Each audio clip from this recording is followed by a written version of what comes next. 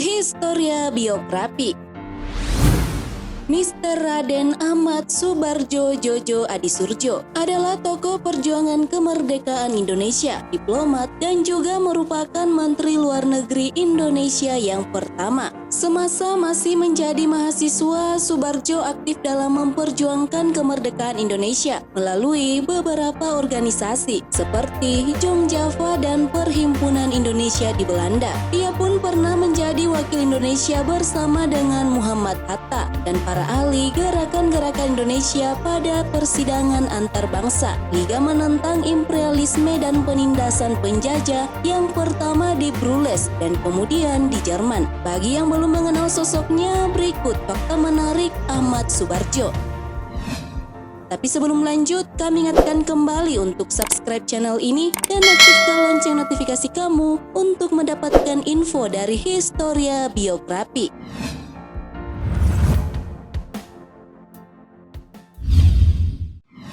Masa kecil dan pendidikan. Ahmad Subardjo mempunyai nama lengkap Raden Ahmad Subardjo Djojo Adisurjo. Ia lahir pada tanggal 23 Maret 1896 di Teluk Jambe, Karawang, Jawa Barat. Saat lahir, ayahnya memberinya nama Teku Abdul Manaf, namun ibunya memberi nama Ahmad Subardjo atas saran dari kakek neneknya. Adapun nama Djojo Adisurjo dipakai oleh Ahmad Subardjo ketika ia ditahan di penjara Ponorogo. Ayahnya bernama Teku Muhammad Yusuf dari Aceh yang bekerja sebagai Menteri Polisi Pamong Praja. Ibu Ahmad Subardjo bernama Wardina. Ayahnya masih memiliki keturunan bangsawan dari Aceh, sementara ibunya berdarah Jawa Bugis yang juga merupakan anak dari Camat Teluk Agung, Cirebon. Karena ayah Ahmad Subardjo yang berstatus sebagai pejabat pemerintah kolonial kala itu, maka ia mempunyai hak untuk menyekolahkan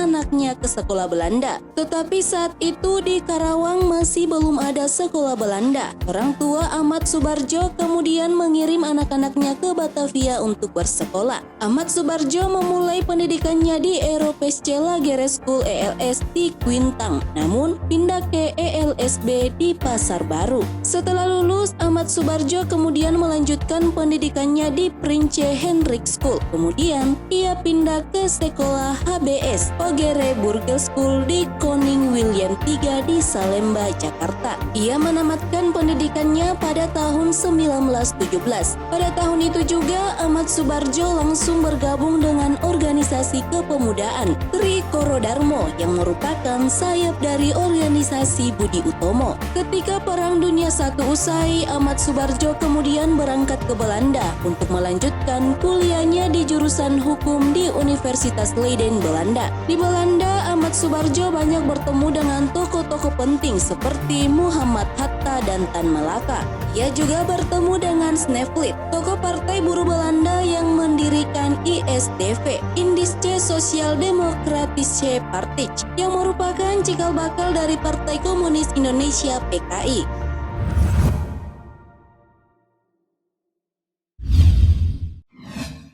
Menjadi wakil Perhimpunan Indonesia dalam Liga Anti-Imperialisme dan Penindasan Penjajah. Semasa masih menjadi mahasiswa, Subardjo aktif dalam memperjuangkan kemerdekaan Indonesia dengan bergabung ke dalam beberapa organisasi pergerakan seperti Jong Java dan Perhimpunan Indonesia atau PI yang awalnya berdiri dengan nama Indische Vereniging di Belanda. Setelah bergabungnya Ahmad Subardjo dalam kepengurusan, aktivitas Perhimpunan Indonesia semakin meningkat. Ditambah mereka mendapat dukungan internasional sehingga Ahmad Subardjo bersama Perhimpunan Indonesia aktif dalam kegiatan-kegiatan organisasi internasional dalam menentang imperialisme. Kemudian pada bulan Februari 1927, Ahmad Subardjo menjadi wakil dari Perhimpunan Indonesia bersama dengan Muhammad Hatta, Nasir Pamonjak, Gatot Tarumiharjo, dan Abdul Manaf pada persidangan antarbangsa yakni Liga Menentang Imperialisme dan Penindasan Penjajah yang pertama di Brussels, Belgia, dan kemudian di Jerman.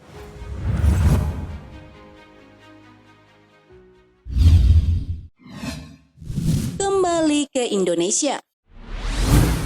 Setelah menyelesaikan studinya di negeri Belanda, Ahmad Soebardjo kemudian kembali ke Indonesia pada tahun 1934. Ia kemudian bekerja di kantor bantuan hukum milik Mr. Sastro Muljono. Tak berselang lama, Ahmad Soebardjo pindah ke kantor bantuan hukum milik Cokro Hadisurjo. Masa itu merupakan masa pergerakan nasional, di mana para pemuda berjuang untuk memperoleh kemerdekaan. Namun, situasi pergerakan kala itu tidak menentu karena perbedaan pendapat mengenai strategi perjuangan antara tiga tokoh PNI, Partai Nasional Indonesia, yakni Insinyur Soekarno, Muhammad Hatta, dan Sartono. Akibat perbedaan pendapat ini membuat PNI terpecah. Walaupun Ahmad Soebardjo menemui ketiga tokoh PNI tersebut, namun sikap Ahmad Soebardjo tetap untuk tidak bergabung dengan partai manapun. Namun, ia tetap memperhatikan proses pergerakan kemerdekaan.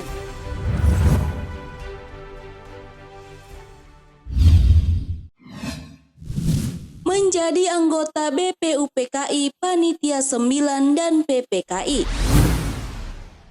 Untuk mendukung janjinya kepada Indonesia, yaitu memberikan kemerdekaan, Jepang kemudian membentuk Badan Penyelidik Usaha-Usaha Persiapan Kemerdekaan Indonesia (BPUPKI) yang bertugas mempersiapkan segala keperluan kemerdekaan Indonesia. Salah satunya adalah mengatur rancangan dasar negara. Ahmad Soebardjo merupakan salah satu anggotanya. Ahmad Soebardjo juga menjadi anggota dari Panitia 9 yang dibentuk oleh Soekarno yang merupakan panitia di dalam BPUPKI yang berfokus pada penyusunan rancangan Undang-Undang Dasar. Setelah bubarnya BPUPKI pada 7 Agustus 1945, Soebardjo juga merupakan salah satu orang yang dipilih oleh Soekarno untuk dimasukkan ke dalam Panitia Persiapan Kemerdekaan Indonesia (PPKI).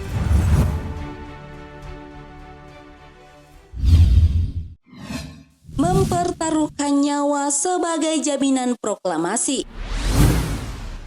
Setelah Jepang menyerah kepada sekutu pada tanggal 15 Agustus 1945, golongan muda ingin mempercepat kemerdekaan Indonesia tanpa menunggu Jepang. Dari ambisi tersebut terjadilah peristiwa penculikan Soekarno-Hatta ke Rengas Dengklok. Setelah mendengar hal tersebut, Soebardjo bergegas mencari keberadaan Soekarno-Hatta karena ditakutkan kedua tokoh tersebut jatuh ke tangan Angkatan Darat Jepang Rikugun. Di sore hari tanggal 16 Agustus 1945, Soebardjo, Yusuf Kunto, Sudiro beserta seorang sopir mengendarai mobil milik Soebardjo untuk menjemput Soekarno-Hatta di Rengas Dengklok. Kedatangan di tempat itu disambut oleh seorang pemuda bernama Sukarni. Sukarni merupakan salah satu golongan muda yang merencanakan penyembunyian Soekarno-Hatta. Soekarno kemudian membawa Soebardjo untuk bertemu dengan Mayor Subeno, seorang komandan Kompi Peta. Ahmad Soebardjo menyampaikan bahwa tujuan kedatangannya adalah untuk menjemput sang tokoh Dwi Tunggal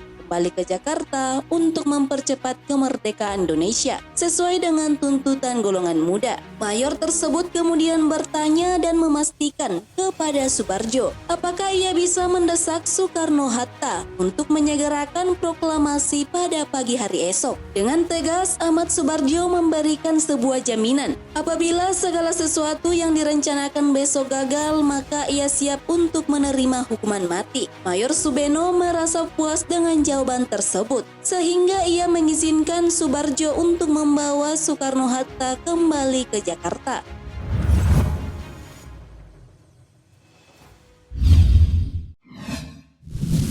Merumuskan naskah proklamasi.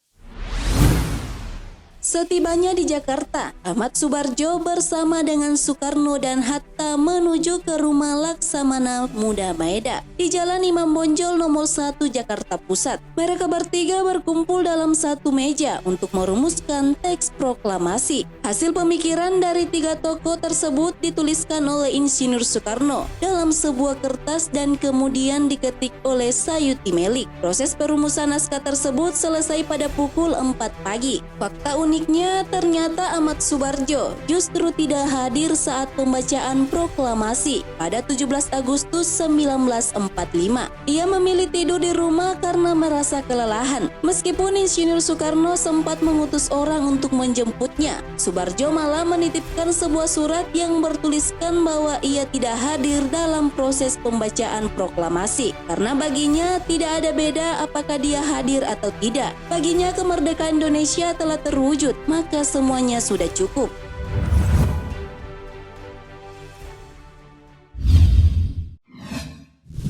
Sang Menteri Luar Negeri pertama Indonesia.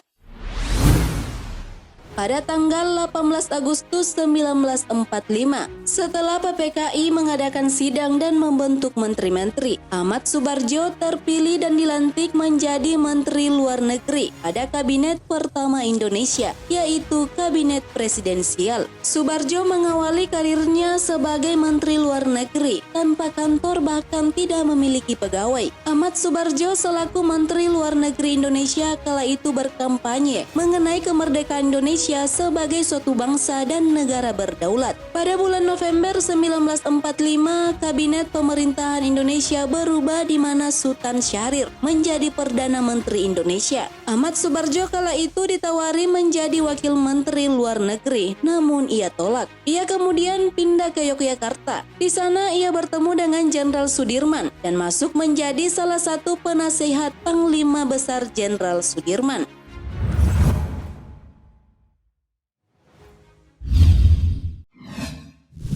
Ahmad Soebardjo ditangkap dan dipenjara. Setelah menghadiri rapat Partai Buruh di Blitar, Ahmad Soebardjo kemudian kembali ke Yogyakarta. Namun dalam perjalanan pulang ia ditangkap oleh polisi dengan tuduhan berencana menculik anggota kabinet pemerintahan Syahrir dan melakukan kudeta. Peristiwa itu dikenal dengan peristiwa 3 Juli 1946. Peristiwa penculikan Perdana Menteri Sultan Syahrir membuat Presiden Soekarno marah besar. Ahmad Soebardjo bersama dengan 13 orang lainnya yang terlibat diadili oleh Mahkamah Tentara Agung. Para pelaku dihukum mulai dari 2 hingga 3 tahun penjara. Ahmad Soebardjo kemudian dibawa ke penjara Magelang. Dari Magelang, ia dan kawan-kawan dipindahkan ke Ponorogo. Kemudian dipindahkan lagi ke Mojokerto dan terakhir ke Madiun. Pada tanggal 17 Agustus 1948, Ahmad Soebardjo dan kawan-kawan dibebaskan karena memperoleh amnesti dari Presiden Soekarno.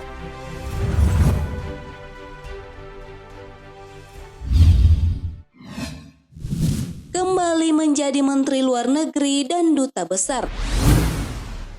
Setelah bebas, Ahmad Soebardjo kembali menjadi Menteri Luar Negeri Indonesia pada Kabinet Sukiman tahun 1951 hingga 1952. Ahmad Soebardjo juga menjadi Ketua Delegasi Indonesia ketika Konferensi Perdamaian antara Indonesia dan Jepang berlangsung di San Francisco, Amerika Serikat. Setelah itu di tahun 1953, Ahmad Soebardjo diangkat sebagai Direktur Akademi Dinas Luar Negeri ADLN yang mendidik para calon diplomat Indonesia. Pada tahun 1957 hingga 1961, pemerintah Indonesia menunjuk Ahmad Soebardjo sebagai Duta Besar Indonesia untuk negara Swiss. Selama hidupnya, Ahmad Soebardjo juga merupakan profesor dalam bidang sejarah perlembagaan dan diplomasi Republik Indonesia di Universitas Indonesia.